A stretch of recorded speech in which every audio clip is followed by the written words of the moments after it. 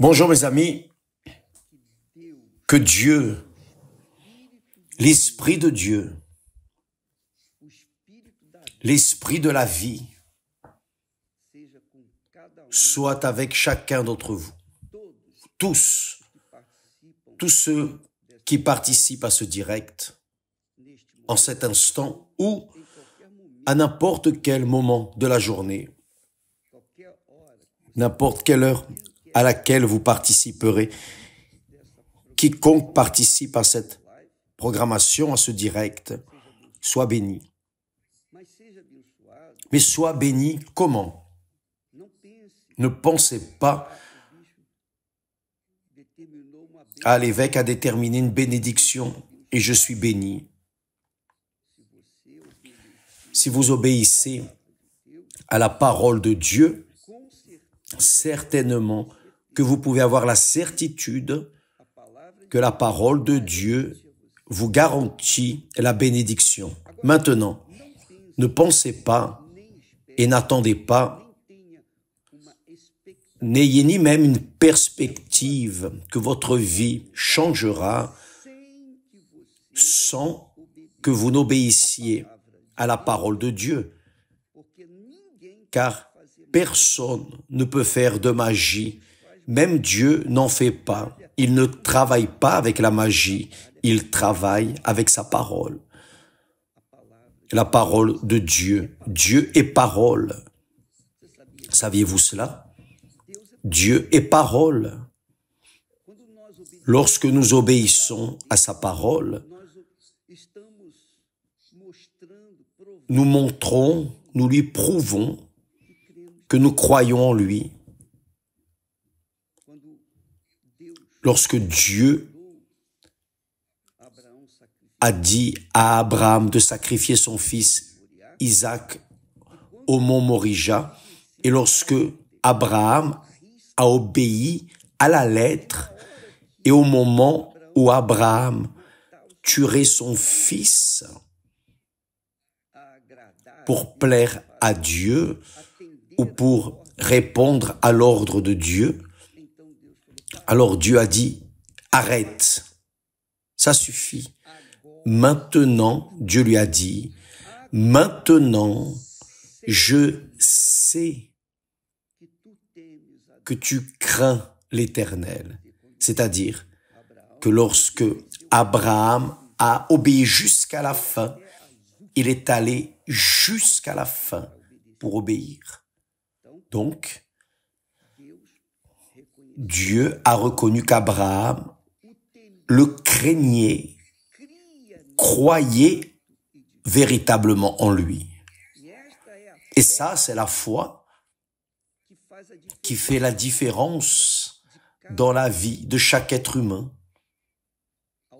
L'obéissance à la parole de Dieu. Cependant, beaucoup de personnes préfèrent suivre d'autres paroles, choisir d'autres idées, d'autres conseils.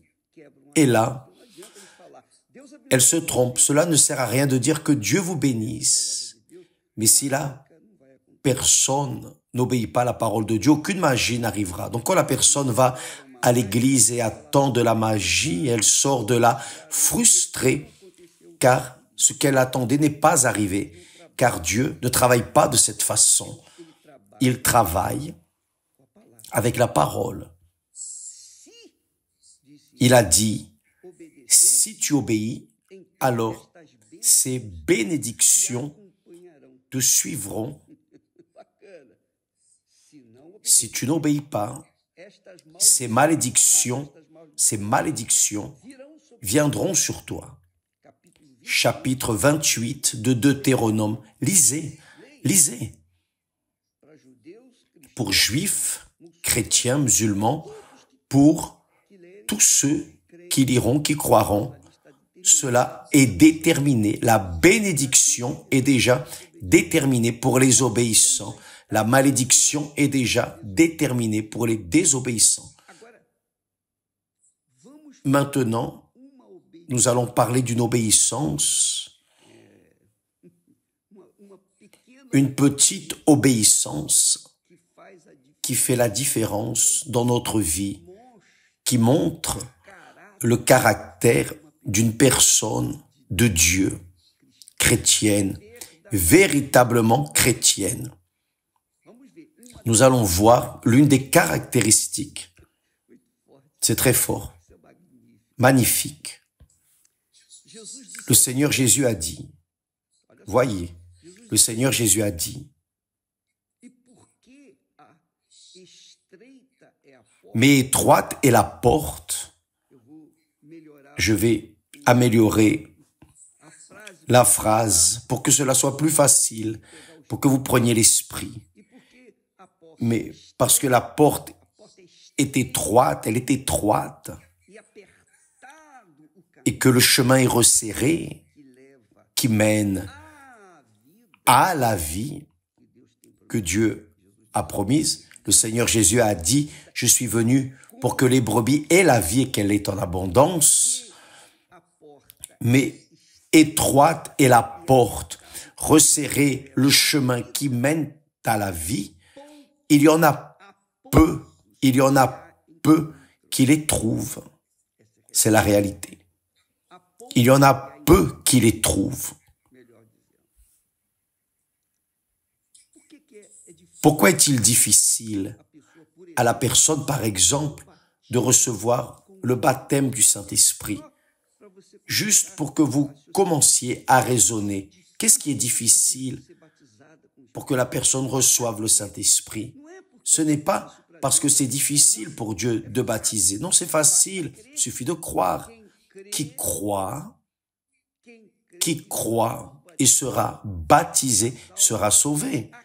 La croyance enveloppe l'obéissance. Et c'est une obéissance inconditionnelle. Ah, je vais obéir si ceci, si cela. Non, c'est une obéissance obligatoire. La personne qui obéit à la parole de Dieu, indépendamment si elle aime ou si elle n'aime pas, si le cœur veut ou s'il ne veut pas, si elle obéit, elle reçoit. Mais si elle n'obéit pas, il n'y a pas d'affaire. Donc, la porte est étroite, le chemin resserré. Pourquoi?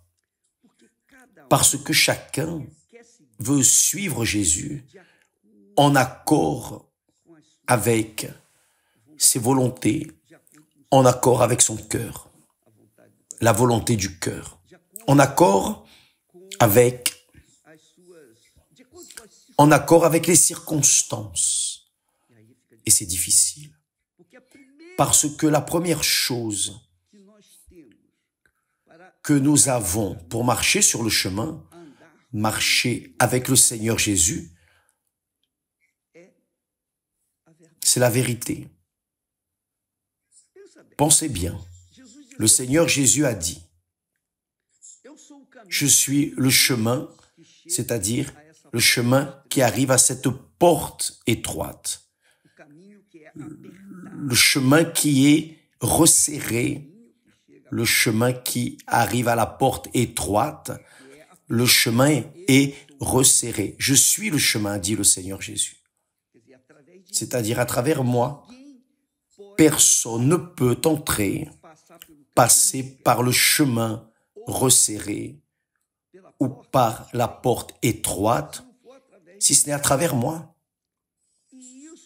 Et cela n'est possible que lorsque la personne reçoit le Saint-Esprit, lorsqu'elle est baptisée du Saint-Esprit, car le Saint-Esprit et seulement lui nous convainc de la vérité et montre le mensonge.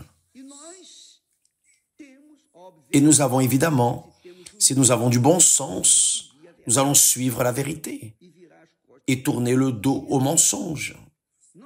Nous vivons dans un monde de mensonges. Nous vivons dans un monde de mensonges. Vous savez cela. Vous savez que le monde tourne autour de la parole. C'est la parole du professionnel, du négociant, du vendeur, du médecin, du scientifique. La parole des personnes. La parole du père, de la mère, des enfants, la parole du fiancé, de la fiancée, tout enveloppe la parole. Tout ce que nous faisons dans ce monde dépend de la parole. Des affaires sont réalisées avec la parole. Maintenant, à cause du fait que le mensonge prévaut dans ce monde est dans ce désordre, cet enfer qui fait que les personnes ne croient pas en Dieu et jettent toute leur culpabilité sur Dieu, mais ce sont des personnes qui vivent dans le mensonge, qui vivent du mensonge. Et à cause de cela, ces personnes vivent la disgrâce. Parce que Jésus a dit que lorsque le diable parle, il parle de ce qui lui est propre. Le diable profère le mensonge plutôt. Il parle de ce qui lui est propre, car il est menteur et père du mensonge. Donc, quiconque prononce le mensonge ou est menteur a comme père le diable. Mais les religions, pour passer de la pommade sur les blessures principales des personnes, disent non, nous sommes tous enfants de Dieu. L'enfant de Dieu est celui qui marche dans la vérité. Le chemin est la vérité. Le chemin est la vérité. Donc, dans le caractère de la personne, si elle porte la vérité, elle est de Dieu. Mais si elle porte le mensonge, elle est du diable, car le diable est le père du mensonge. Dieu est le père de la vérité. Le Seigneur Jésus a dit, je suis le chemin, je suis la vérité, je suis la vie. Je suis le chemin, la vérité et la vie. Donc, quiconque marche dans le mensonge ou avec le mensonge, avec le faux semblant, il est évident que cela est écrit là sur le front pour que Dieu, les anges et le propre diable voient menteur. C'est la réalité, mes chers amis. Ce monde vit de mensonges. Combien de politiciens se promeuvent, arrivent au sommet de leur vie politique à travers le mensonge? Combien de négociants arrivent au sommet de leurs affaires, de leur succès, sur la base du mensonge? Combien de personnes profitent du mensonge pour se promouvoir? Sauf que, à la fin de tout cela, elles finissent dans la disgrâce, tombent dans la disgrâce, tombent dans la disgrâce. Elles finissent dans la disgrâce, arrivent au point de tout perdre ou d'être détruites au milieu du chemin, car le mensonge peut apparemment paraître fort, puissant, mais là-devant, le mensonge tombe et la vérité surgit, se détache. La vérité peut paraître faible. Le vendeur doit mentir pour vendre et accomplir ses obligations envers son patron. Mais arrivera le moment où ce vendeur moissonnera les fruits de son mensonge. Le politicien va moissonner les fruits de son mensonge, car celui qui dit le mensonge, qui sert-il? Nous vivons dans un monde où vous servez le diable ou vous servez Dieu. Ou vous servez le Dieu de ce monde, ou vous servez le Dieu tout-puissant, le Seigneur des armées. Le père du mensonge est le diable, qui marche dans le mensonge, qui se promeut sur la base du mensonge, qui parle le mensonge, sert le père du mensonge, qui est le diable, et qui sert la vérité.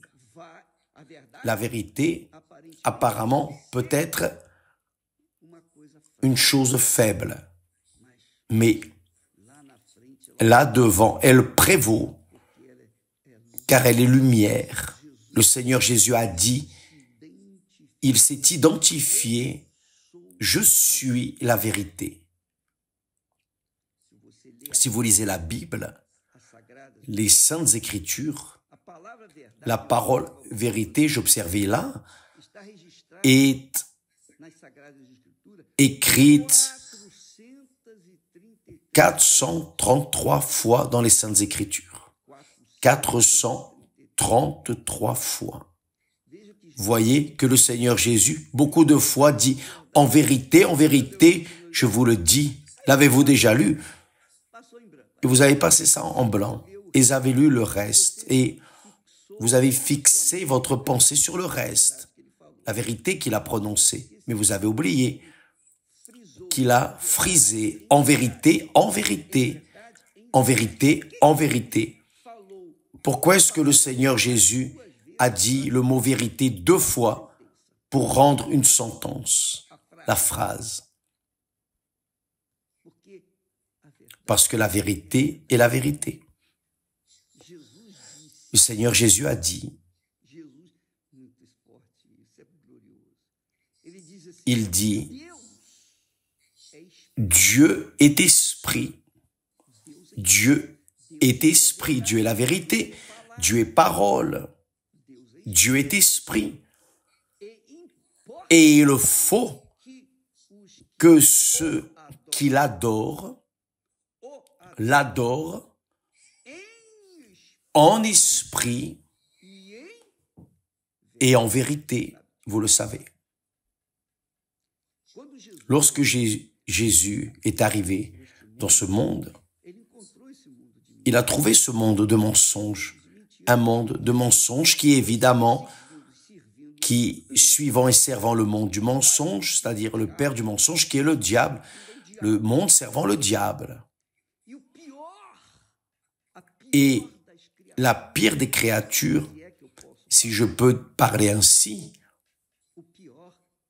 le pire qu'il a trouvé, c'était pas les prostituées, les voleurs, les bandits, rien de tout cela. Le pire de tous ont été les sacrificateurs. On a dit ça hier. Du plus petit au plus grand, depuis les prophètes jusqu'aux sacrificateurs. En d'autres mots, ils passent une pommade sur la blessure, ils guérissent les blessures superficiellement. La blessure de l'âme. Ils la guérissent superficiellement. Je doute qu'il y ait bon, je doute. Beaucoup dans les églises, et peu importe, parfois la religion, parfois l'église est évangélique, ou elle est catholique, spirit, peu importe. Mais le discours, normalement, est seulement pour guérir les blessures superficiellement. Une petite pommade ne guérit pas le cancer qui est derrière la blessure. Parce que les personnes ne veulent pas parler de la vérité. Car la vérité fait que ceux qui écoutent ne soient pas confortables sur leur chaise ou à la maison. Car lorsqu'ils écoutent la vérité, elles sont atteintes parce qu'elles vivent du mensonge. Donc, beaucoup ne reçoivent pas le baptême du Saint-Esprit, des personnes à l'église, car ce sont des personnes qui vivent dans le mensonge et vivent du mensonge, servent le diable, utilisent les outils de Satan et se promeuvent sur la base du mensonge. Par conséquent, là devant, car tôt ou tard, on moissonnera les fruits du mensonge ou de la vérité. Et vous ne pouvez pas servir un peu le père du mensonge et un peu le père de la vérité, ou vous servez l'un ou l'autre. Le Seigneur Jésus a dit cela clairement. Donc, beaucoup ne reçoivent pas le baptême du Saint-Esprit car ils ne sont pas sincères. Ils ne sont pas sincères. Ce qu'il a trouvé dans la religion juive, le peuple qui avait des révélations de la Torah, de la parole de Dieu, le peuple qui connaissait les sacrificateurs, qui connaissait bien la loi de Dieu, ils vendaient le mensonge, utilisaient le mensonge, se promouvaient sur la base du mensonge. Ils étaient appelés d'hypocrites. D'ailleurs, le Seigneur Jésus-Christ les traite d'hypocrites. Et il dit, malheur à vous, hypocrites, race de vipères, race de vipères. Car ils promouvaient le mensonge, la fausseté, au nom de Dieu et de la parole de Dieu. C'est la réalité. Donc, le Seigneur Jésus a trouvé, a rencontré la race la plus contaminée, la plus maudite dans ce monde, précisément chez les pharisiens et les scribes, les hypocrites. C'est pour cela qu'il a dit, malheur à vous, scribes et pharisiens, hypocrites.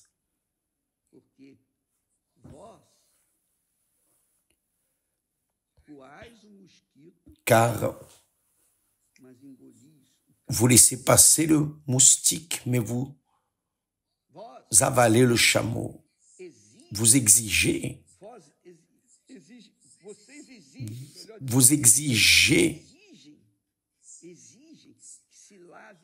que l'on se lave les mains avant de manger.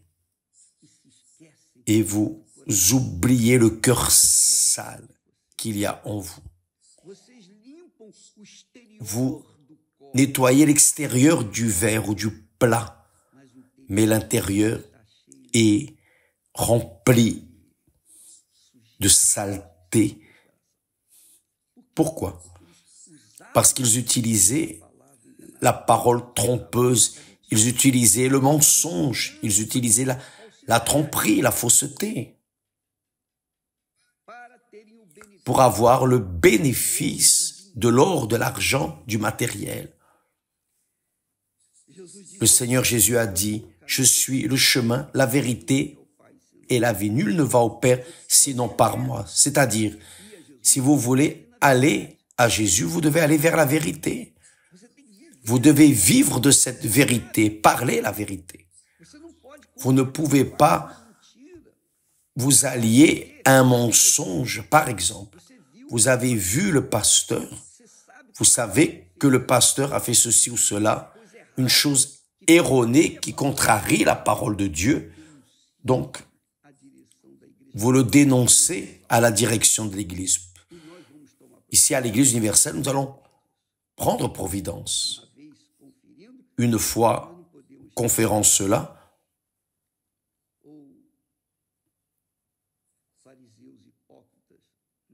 on ne peut pas avoir de pharisiens et d'hypocrites dans l'Église, car nous savons que le peuple souffre, le peuple gémit, et seule la vérité peut libérer le peuple. Ce n'est pas une petite pommade, non. Il faut que ce soit la vérité qui délivre. La vérité délivre, fait la personne être libre de ses mensonges, de ses tromperies. Cette campagne du pardon, la personne, pour pardonner, doit obéir à la parole de Dieu. Et l'obéissance à la parole de Dieu est inconditionnelle. Vous ne pouvez pas dire, si je fais ceci ou cela, alors non. Dieu a ordonné, il faut obéir. La parole de Dieu est inconditionnelle, la vérité est inconditionnelle. Inconditionnelle.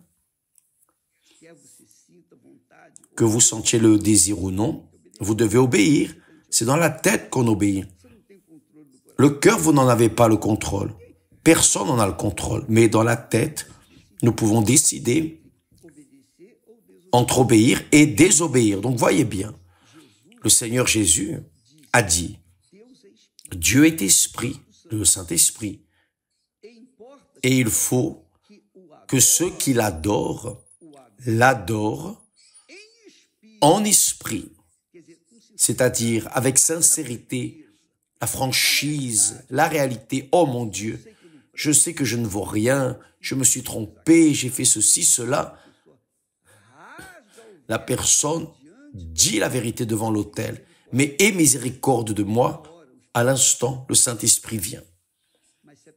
Mais si la personne est fausse, elle peut donner des offrandes, donner la dîme. Elle peut être ce qu'elle est, ouvrier, ouvrière, pasteur, évêque. Elle peut être ce qu'elle veut dans ce monde. Mais s'il y a la fausseté, s'il y a la tromperie, le mensonge, le faux semblant, Dieu n'écoute pas sa prière. Il n'écoute pas, vraiment. Car c'est une personne qui vit dans le mensonge et qui aime le mensonge. Parfois, la personne aime le mensonge parce que elle a des bénéfices avec le mensonge. Dieu est esprit et il faut que ceux qui l'adorent, l'adorent en esprit et en vérité, c'est-à-dire avec sincérité. Oh mon Dieu, me voici. Aie compassion de moi. Avec sincérité, Dieu écoute votre prière, peu importe si vous avez été ceci, cela, peu importe si vous avez été la créature la plus sale, immonde de la terre. Mais si vous êtes transparent, oh mon Dieu, aie compassion de moi. Cela montre que vous croyez dans le Dieu vivant. Cette transparence, cette sincérité avec laquelle vous parlez à Dieu, vous parlez, pourquoi? Parce que vous croyez que Dieu existe et qu'il est juste et qu'il est grand. Et alors, vous l'atteignez et il vous répond. Vous n'avez pas besoin du pasteur, de l'évêque, de personne pour entrer dans la présence de Dieu. Vous avez seulement besoin d'être sincère, véritable. Et Dieu va écouter votre prière. Peu importe quel est votre problème, il va écouter dès l'instant où vous êtes disposé à aussi pardonner. Car pour que Dieu écoute notre prière, nous ne pouvons pas avoir le cœur blessé avec un ressentiment contre une autre personne. Si ce n'est qu'avant, nous le confessions, nous pardonnons les personnes qui ont failli contre nous. Là, oui, vous entrez propre devant Dieu, dans la sincérité. Dieu veut un culte sincère, en esprit, conscient, véritable. Oh Dieu, je ne sais pas très bien parler, mais tu me connais. Fais quelque chose. Je veux livrer ma vie au Seigneur. Je n'ai fait que des erreurs dans ma vie, oh mon Dieu. Je ne fais que des erreurs. Je sais que, mais s'il te plaît, par le nom du Seigneur Jésus, aie miséricorde de moi. Vous déchirez votre cœur, vous vomitez tout ce que votre âme a gardé. Pardonne-moi, Seigneur, mes offenses, comme je pardonne ceux qui m'ont offensé. Et là, mes amis, le Notre Père s'emboîte parfaitement. dans la vie de chacun de nous. Le Seigneur Jésus a dit aux pharisiens hypocrites, vous avez pour père le diable et vous voulez accomplir les désirs de votre père. Il a été meurtrier dès le commencement et il ne se tient pas dans la vérité. Il ne se tient pas dans la vérité. Il était dans la vérité, mais n'y s'y est pas tenu, parce qu'il n'y a pas de vérité en lui. Lorsqu'il profère le mensonge, il parle de son propre fond, car il est menteur et le père du mensonge. Mais Jésus a dit, je suis le chemin, la vérité et la vie. Et qui choisit de suivre le mensonge ou la vérité? C'est nous. Cela dépendra exclusivement de chacun de nous. Je ne peux pas faire ce choix pour vous, ni vous pour moi. Je ne peux pas faire ce choix pour Esther, ni Esther pour moi. Chacun doit faire le choix pour soi-même. Si nous choisissons le mensonge, nous moissonnerons les fruits du mensonge, les fruits de ce service au diable. Si nous vivons dans la vérité, nous moissonnerons les fruits de ce service que nous rendons à la vérité qui est notre Seigneur Jésus-Christ. Donc, voyez que Dieu ne fait pas de magie. Il donne l'orientation, la direction, et chacun suit sa propre conscience. La conscience qui est appuyée ou sur la vérité ou le mensonge. La porte est étroite, mes amis. Le chemin resserré. C'est comme j'ai vu l'autre jour, quelqu'un a dit, évêque, je suis resté dans une situation si serrée, je me suis vu comme un cafard. Vous savez, le cafard qui entre là quelque part et arrive à se cacher dans un petit trou. Ça ne sert à rien de prendre la pointe de la chaussure pour la tuer, ça ne marche pas, car elle entre, c'est fini. On ne peut pas arriver à ce cafard. Mais c'est comme ça. La vérité, le chemin de la vérité et le chemin de la difficulté, le chemin de sacrifice. Car pour marcher dans la vérité, vivre dans la vérité, vous devez sacrifier votre cœur qui veut contrarier Dieu, satisfaire les désirs de la chair, les convoitises de ce monde. Et là, c'est difficile. Mais lorsque vous vous rendez, vous vous livrez à la vérité et vivez dans la vérité, vous pouvez être sûr, la vérité va vous bénir. Et là, à la fin, vous gagnez. Vous pouvez ne pas gagner au début, mais là, à la fin, vous arrivez à la vie éternelle. Mais si vous marchez dans le mensonge, c'est comme une personne très importante qui a dit, s'il vous plaît, priez pour moi. Je ne veux pas aller en enfer. Aidez-moi. Faites une prière pour moi parce que la personne était déjà avancée en âge et savait qu'elle allait mourir. Mais elle savait aussi qu'elle allait en enfer. Pourquoi? Parce qu'elle a vécu dans le mensonge. Et est arrivé à ce moment de la mort pour l'amour de Dieu. Aidez-moi, priez pour moi, pour sauver ma vie, pour aller au ciel. La personne ne voulait pas aller en enfer parce qu'elle avait vécu, elle a utilisé et a joui des bénéfices du mensonge durant toute sa vie. Et maintenant, Elle veut entrer dans le royaume des cieux. Mais pour cela, il faut se convertir à la vérité. Tourner le dos au père du mensonge et s'incliner devant le Père de la vérité.